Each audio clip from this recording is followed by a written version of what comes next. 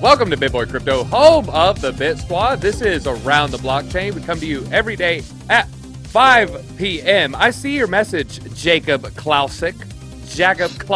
We are not late. We were on time today, just like always. That's right, just like always.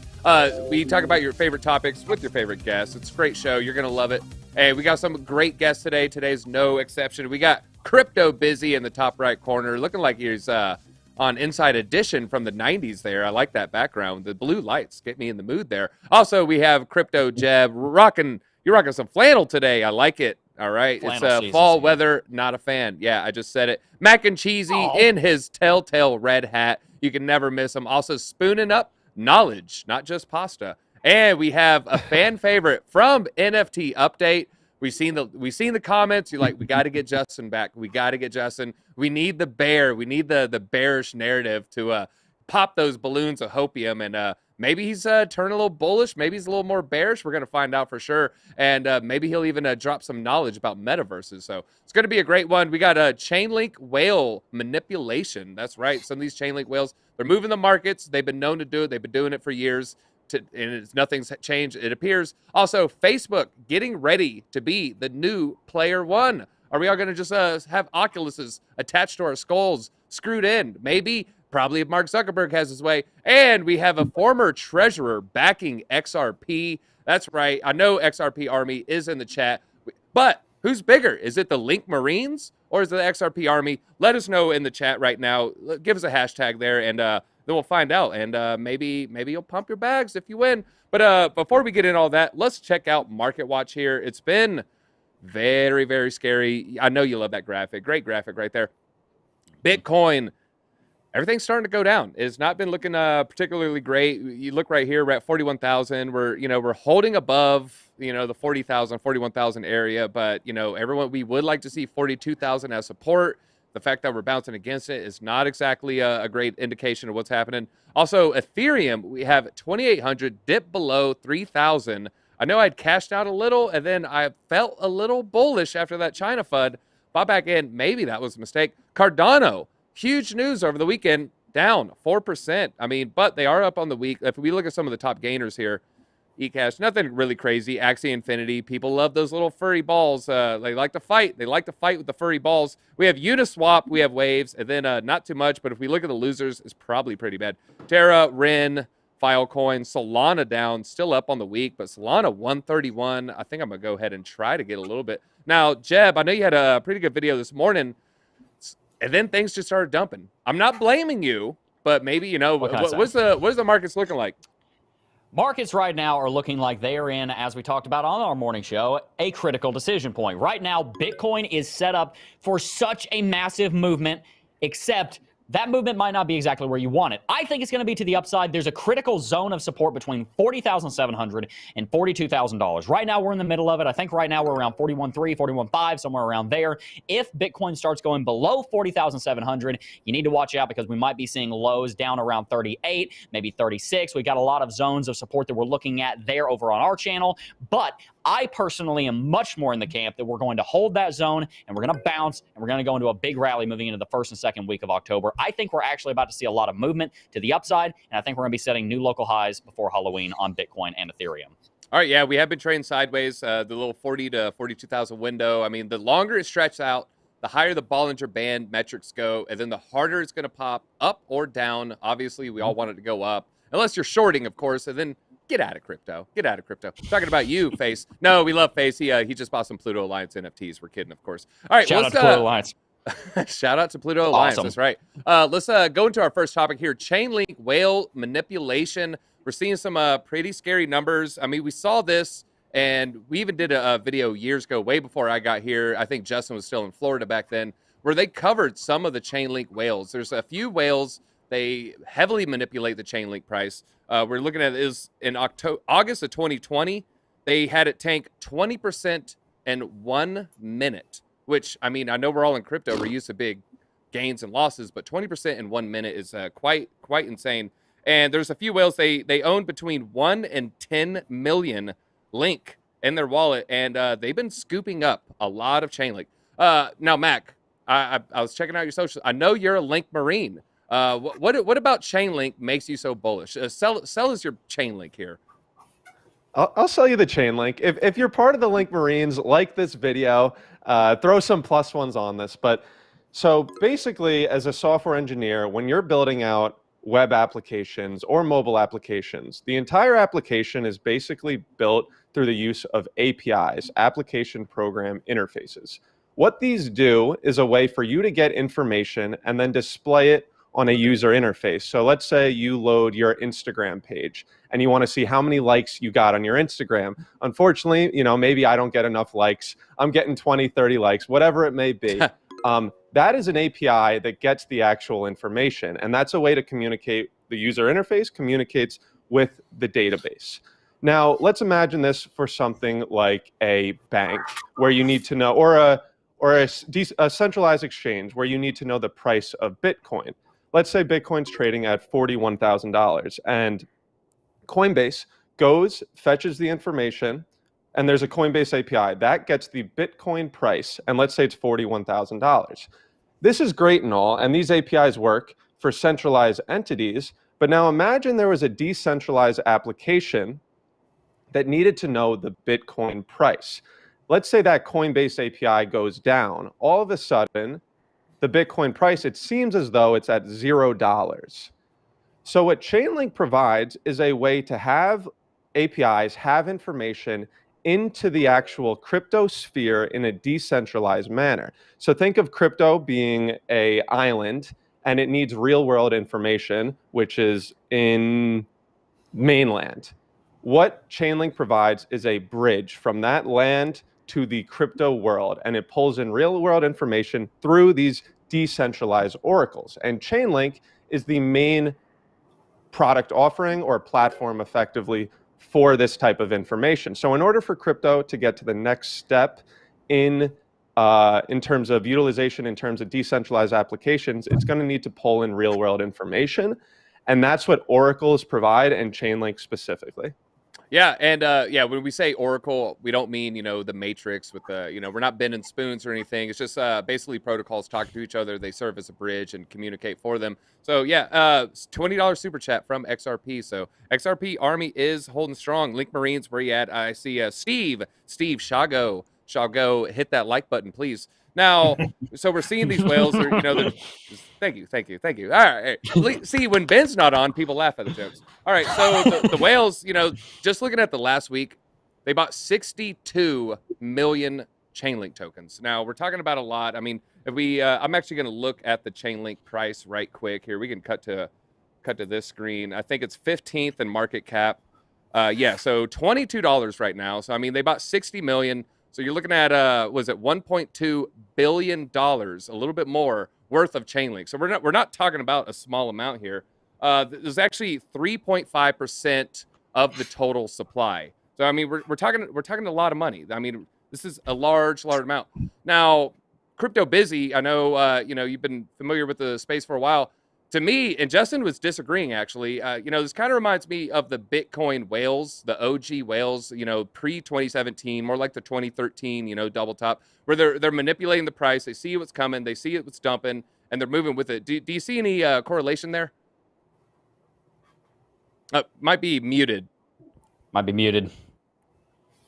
Ruh-roh. Maybe he hears himself in his headphones. There we go. Maybe. All right, I see the crypto guide behind you. You need a microphone guide. All right, we good now? Boom. Awesome. Is that all good? Can you hear me now? Yeah. Go ahead. Awesome. Yeah. So I think first of all, I was going to say thank you for having us on.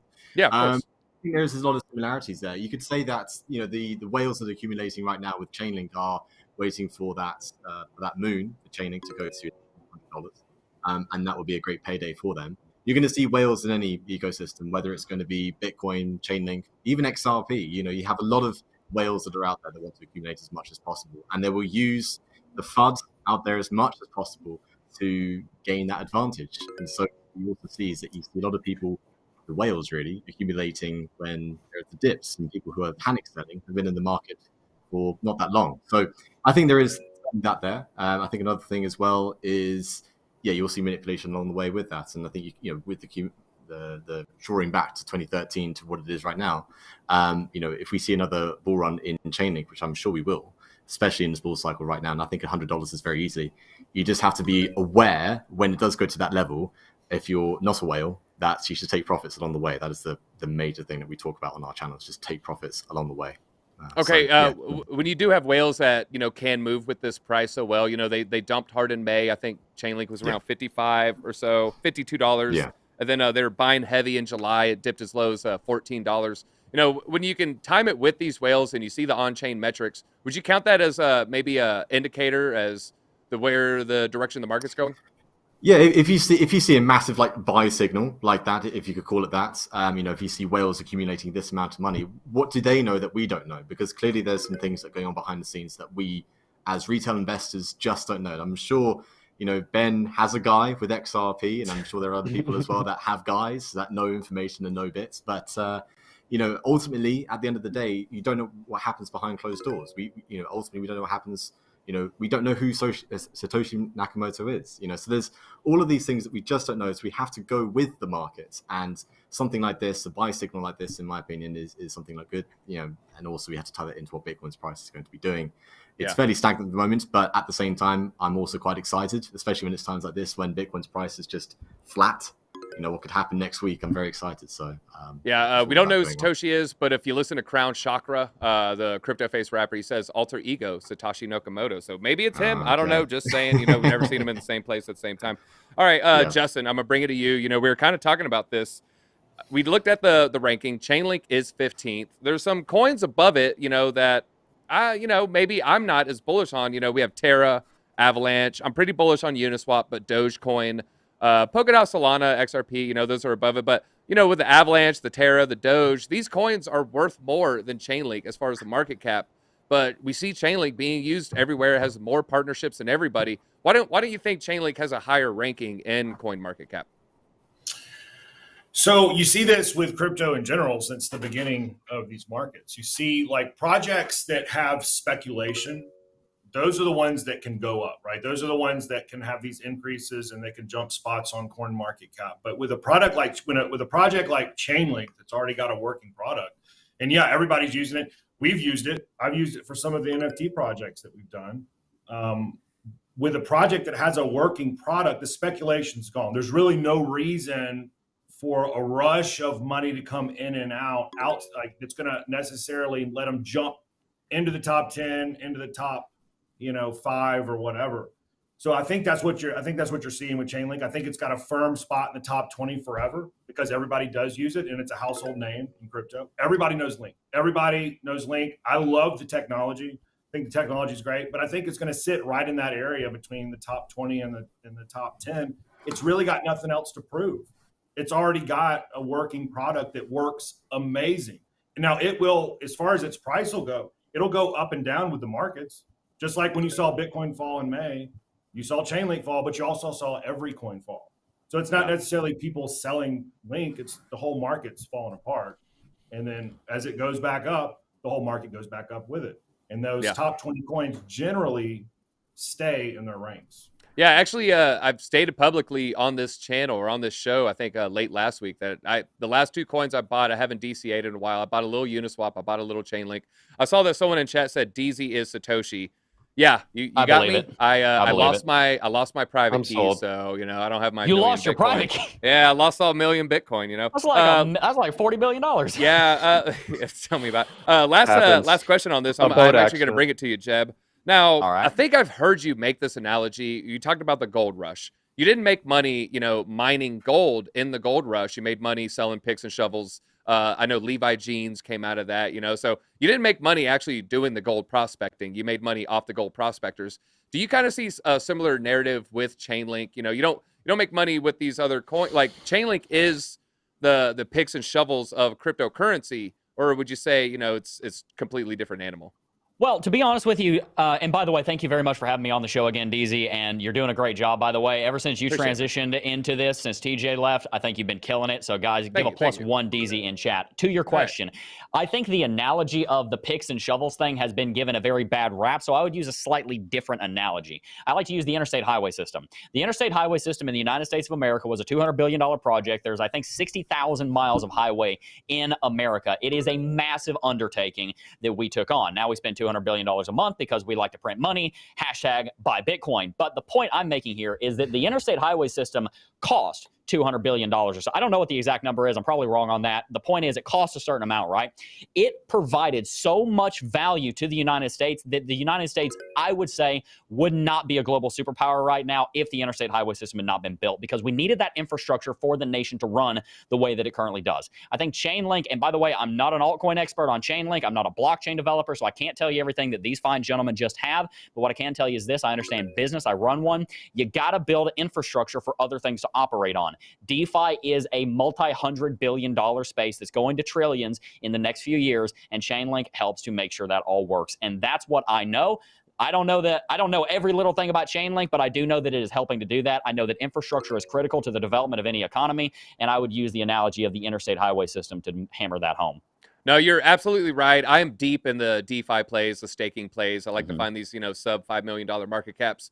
And the first partnership, almost always, without fail, is Chainlink. And then people are like, oh my God, we partnered with Chainlink to the moon. It's just like, well, maybe pump the brakes. That's you, everybody, their mother, and every protocol in between. I think an interesting thing on Chainlink, just real quick, like the internet, when you visit Facebook, it's HTTP, which is a protocol for internet basically going back and forth. What Chainlink is a protocol. So it's basically a protocol that can be built on top of. So think of HTTP for the normal internet is what Chainlink is for the future of crypto. That's a great analogy. I love it. I love it. I know MacNCheeasy is hoping maybe, people will buy some Chainlink now. Like I said, it's on sale. It's $22. I think I got in very high teens or very low 20s. So yeah, I mean, about a week ago. So it's maybe up about 6%. But let's go to the second topic here. Facebook trying to become Ready Player One. We've seen the movie, you know what I mean? I'm more of a fan of the book than the movie, but I'm not going to get into that. Sorry, Steven Spielberg, you kind of ruined it. But Facebook, they just announced a huge, basically commitment here to develop out a metaverse, $50 million over 2 years. We saw that they're hiring months ago. It appears that maybe this is where they're trying to devote those resources. I know they have the Libra team, but they're also, branching out with the whole Oculus branch of their business there. So we're seeing, they're expanding into the metaverses. They have a history of buying companies, though. We've seen it with Instagram. We saw it with Oculus. Rather than compete, they'll just wait, and then they'll just buy a company, and then, boom, we're in the market. We've just bought the #1 competitor. Now, Justin, I'll bring it back to you. I know you love Facebook. You're probably, out of us, the only one with the Facebook account that's still checking it. So do you see something similar in this? Are they going to buy up a bunch of mana, and then so they can own, a controlling share or a minority share of Decentraland? Or can you see them purchasing any kind of actual cryptocurrency in the form of, trying to obtain a metaverse? I don't have Facebook. I have MySpace. Oh, so okay. Okay. I'm on Google Plus and Friendster. So I don't check my Facebook anymore. No, I don't think that they're going to buy a cryptocurrency coin and try to obtain the lion's share of a metaverse. I think they're going to do exactly what they did with Instagram. They have the money to do it. They're going to watch. They're going to find the people that are doing it the best, and they're going to buy it. They're going to buy the whole project. Under some kind of other company probably, but they're going to buy it and they're going to develop it, into a bigger and better thing, similar to what Mark Zuckerberg did when he stole it from the Winklevoss twins. He made it a bigger, better thing. So he's got this is what he does. He finds a good idea. He finds a good project like Instagram, and he buys it, steals it, makes it bigger and better. That's just the way it's going to go. And he's been hinting with metaverses for a while now. So Absolutely, he's going to be moving into this space. Yeah, I believe in the new metaverse you will be able to grill meats, so I'm excited about that. Just to keep it on you real quick, Justin, should I be worried about, Oculus is just taking over the whole country? Everybody's just plugged in 24/7 like a smartphone today. Like next thing you know, they're screwing it into our skulls. Do you see a future like that where a decent percentage of the country is just locked into an Oculus 10 hours a day? Well, I mean, you already see it with this, right? You Yeah. see it with the phones. So, I mean, we're like this. Most of the people, are like this constantly. Do I think it's going to be as bad as like Ready Player One, where we're going to be living in RVs stacked on top of each other?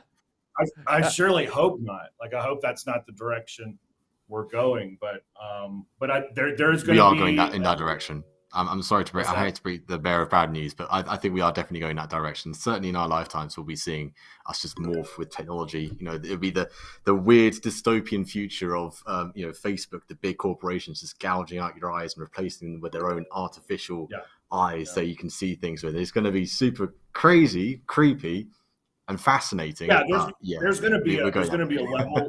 There's going to be a level of adoption to it. Sure. There's going to be a level of adoption. We hope it's not going to be living in RVs, stacked on top. Yeah. I mean, you bring up a good point. It's like some dystopian future. They do have a bad rap. I mean, Facebook doesn't have the best customer rating as far as like, do we trust this company or not? So it kind of brings me to this quote that they gave. It's almost like they're trying to dispel the FUD before it even begins. The metaverse won't be built overnight by a single company. We'll collaborate with policymakers, experts, and industry partners to bring this to life.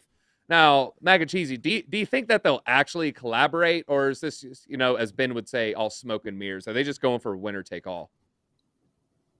I think the metaverse is a world where it will be very much a winner take all. I think, like a lot of video games that you're playing, a lot of people are playing the same games. And a world where everybody you're going to be truly living in this world, you're going to be want to be living in the coolest world, in the world that everybody's in.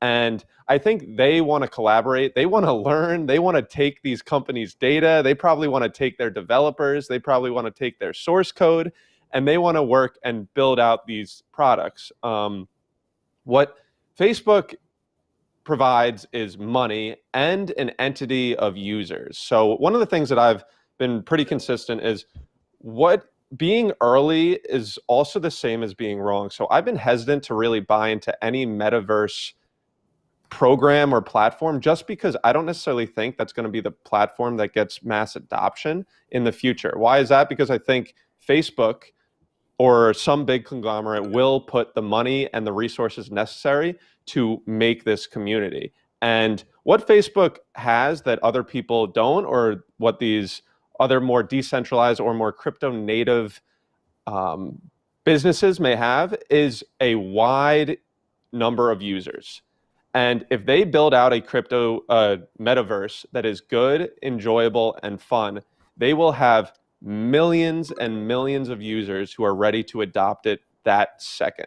So they have the opportunity, if they're able to actually deliver it and collaborate with these other companies, which will probably look a lot like them taking their code and remaking it and reformatting it with the Facebook Blue, they're going to have the opportunity to take a large share of the metaverse space. So I'm skeptical of Facebook. They're, like a lot of people, they're taking your data, and there's some concerns behind it, but I think they're poised to be a major player in the metaverse space. Do you think it should be more successful than Facebook Libra? Well, Busy, you painted a scary picture, like a dystopian future. Now all of a sudden I'm picturing Mark Zuckerberg scooping out my eyeballs with a rusty spoon. You have this scary visual in my mind now.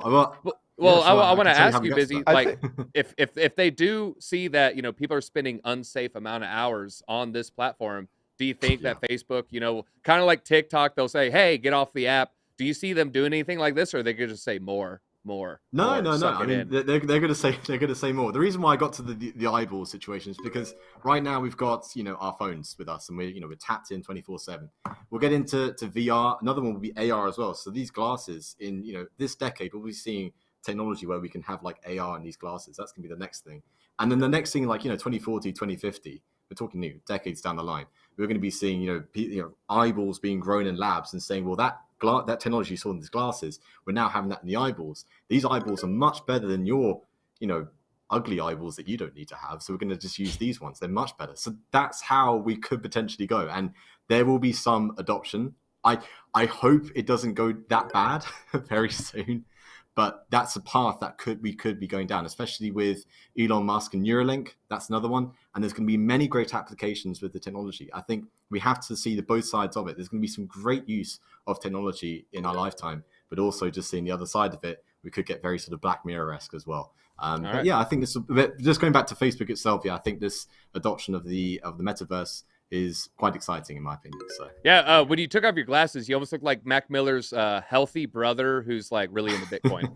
Just a thought. Chat. Let me know if you agree. Let me know if you agree there. I agree. All right, let's go to the last topic here. Rest in Powers peace. that be are backing XRP. Do we have the XRP army in the chat right now? It's I'll actually show it here. We have a chat right now. This guy is on some Black Mirror fill in the blank. So yeah, they're agreeing with what you're saying there. We're only at 6,500, but only 1.3 thousand likes. I know we can get to 2,000. Let's get that above 2,000. Go ahead and hit that like, especially if you're a Lake Marine, especially if you're in the XRP army, and especially if you don't want Mark Zuckerberg sucking the eyeballs out of your skull with some sort of vacuum device.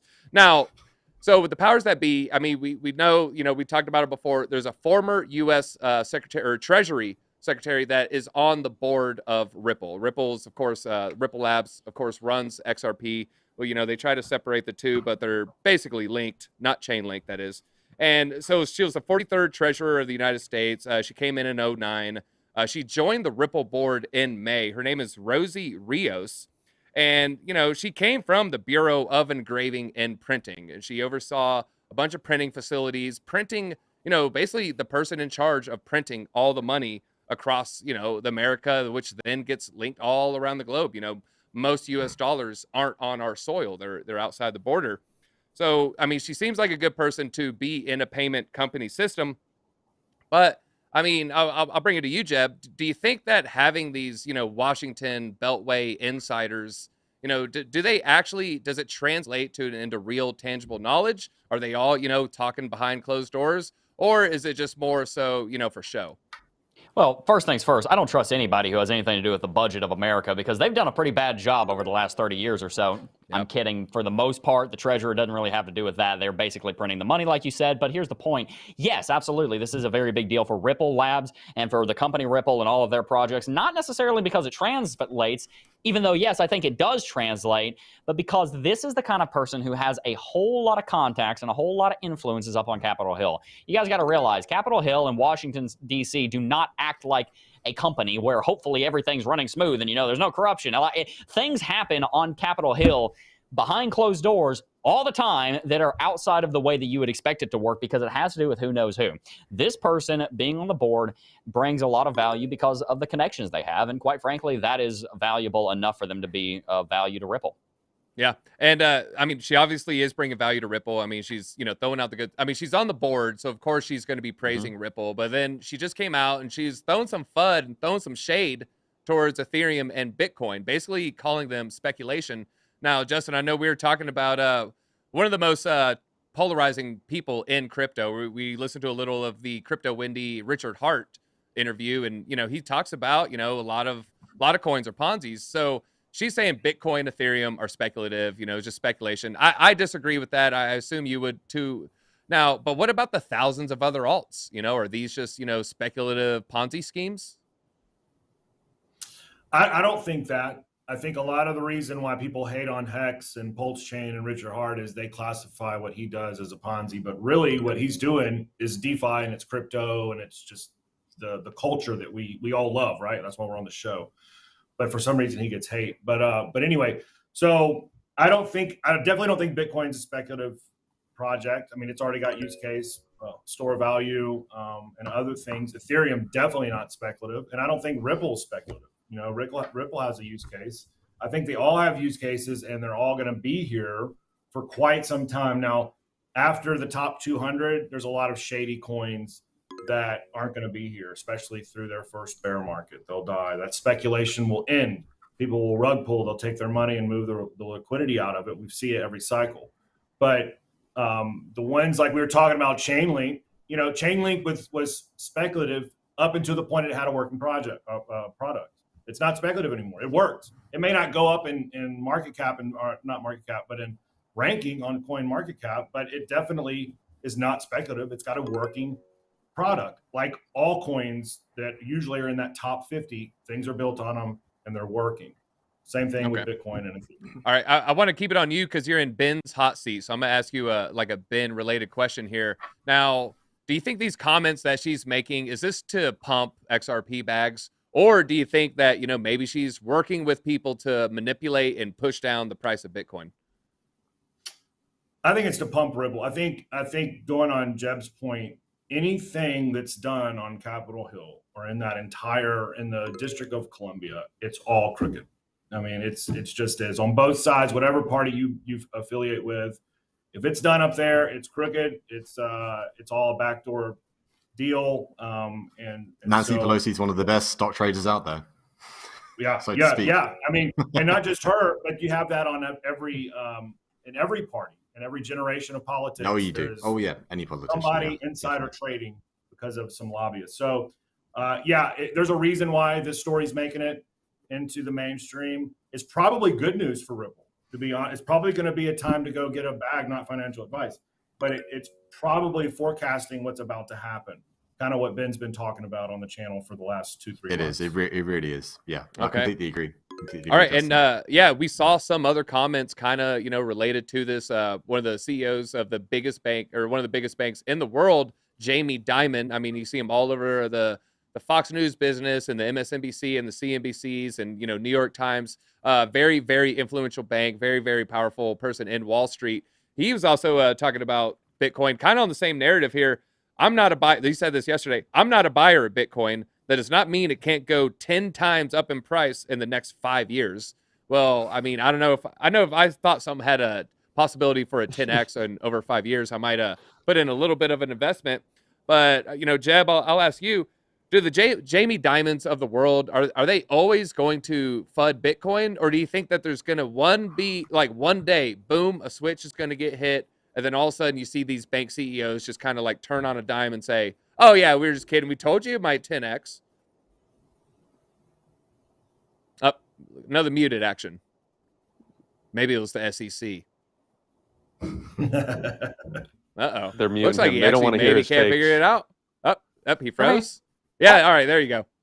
Can you hear me? Yeah, you're good. Okay, well, what I was saying is that so long as, I have no idea what happened, so long as human nature is involved, then we're always going to see these big CEOs of these big banks having their best interest at heart. That's just the way it works out. And Jamie Dimon is no different. He realizes that if he FUDs Bitcoin and cryptocurrency, I see what you're doing over there, BJ. He's got something off screen, and he's actually kind of right. Nevertheless, right now, Jamie Dimon loves FUDing Bitcoin, and that completely threw me off track. I'm sorry. Jamie Dimon had been FUDing Bitcoin ever since 2017 when Bitcoin started to become its own thing. It is a major how do I put this?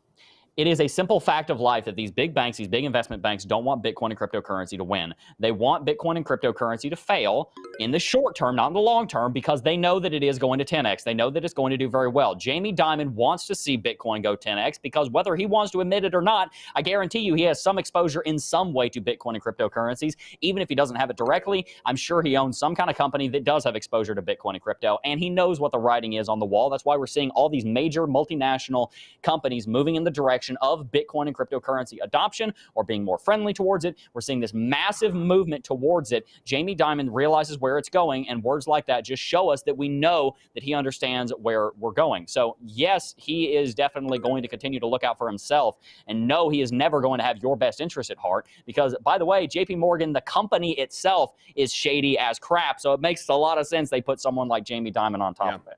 All right, real quick, last question. I'm going to ask all four. I'm going to start with you, Mac. We'll go around in a circle. What are you more bullish on, XRP or Bitcoin? Bitcoin by a million %. All right. Well, I want to go. I want to just touch on. I think for Rosie Rios, her tweet, she mentioned that XRP's primary purpose is facilitating cross-border payments, while other cryptos find their value in speculation. when I saw this tweet, I thought that this was a drafted up tweet from like Monday morning or like 5 or 10 days ago, which she worked with XRP and Ripple, and then she didn't mean to check the news that Twitter was basically partnering with the Lightning Network and Strike to literally do this across the entire globe. So cross-border payments and solve this issue. So this tweet was like outdated the second it was tweeted because literally 2 days before Bitcoin solved this problem for peer-to-peer payments across the world. Yeah, and so many are actually saying the Twitter tip feature might be like one of the leading payment processing ecosystems in the world. Mm-hmm. And I think a couple years from now, that's going to be like Twitter chose Bitcoin, and that isn't a surprise. But the answer to the question is Bitcoin by a million. For which I'm more bullish on. All right, real quick, just try to wrap it up here. Justin, XRP or Bitcoin? What are you more bullish on? Short term, Ripple as far as my bags go, but long term, obviously Bitcoin. All right, it's the what we're built on. It's the structure that we're built on. All right, Busy. What about you? Short term, XRP or short term Bitcoin? Just think about what's happening behind the scenes. Look at the picture with Brad Garlinghouse, Christine Lagarde, the head of the Hong Kong central bank, I believe, also Saudi Arabia as well. Think of who this person is speaking to and who also hold the levers of power. This is really important here, guys. I think short term and also long term, I'm 1,000,000% bullish on XRP. And I'm also bullish on Bitcoin, but XRP more. XRP a little bit more. All right, and Jebb, in with you. More bullish on XRP or Bitcoin?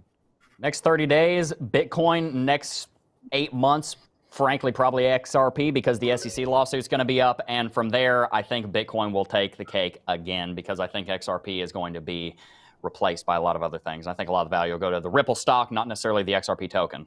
Okay, and that's all we got time for. BJ, if you wanted to throw up the picture that distracted Jebb, I'm sure chat is wondering Please what do. got him. I think it was hilarious. Got him. So people are saying lightning is them. garbage. He's making fun of me. I don't even know. I'm probably too young to know what that reference is, but that was a pretty. You know what? No, you're more of a Zach Morris than a Screech. All right. Well, that's all we got time for. It looks like Justin Williams was our winner. You said you'd give me that Pluto Alliance NFT if I let you win, right? Yeah, I'll give you the black hole. All right. Well, no, you won for real. You won for real. And so, Justin, go ahead and give us 30 seconds of some parting thoughts here. Okay, real quick. I think that we are in good shape as far as the market goes. We're moving sideways. Everybody stay bullish. I'm excited. And go buy an alien. If you have not bought an alien, you're out of your mind. It's just now starting to take off. Go buy a Pluto Alliance alien. OpenSea, the Pluto Alliance. Check it out. Go support the channel. It's good stuff. And God bless. All right, can you toss it up for me real quick? Toss it up for me, Justin. And with that, Pluto is a planet. That's all we got time for. Nice. We'll see you tomorrow, BitSquad. Easy out. Take it easy.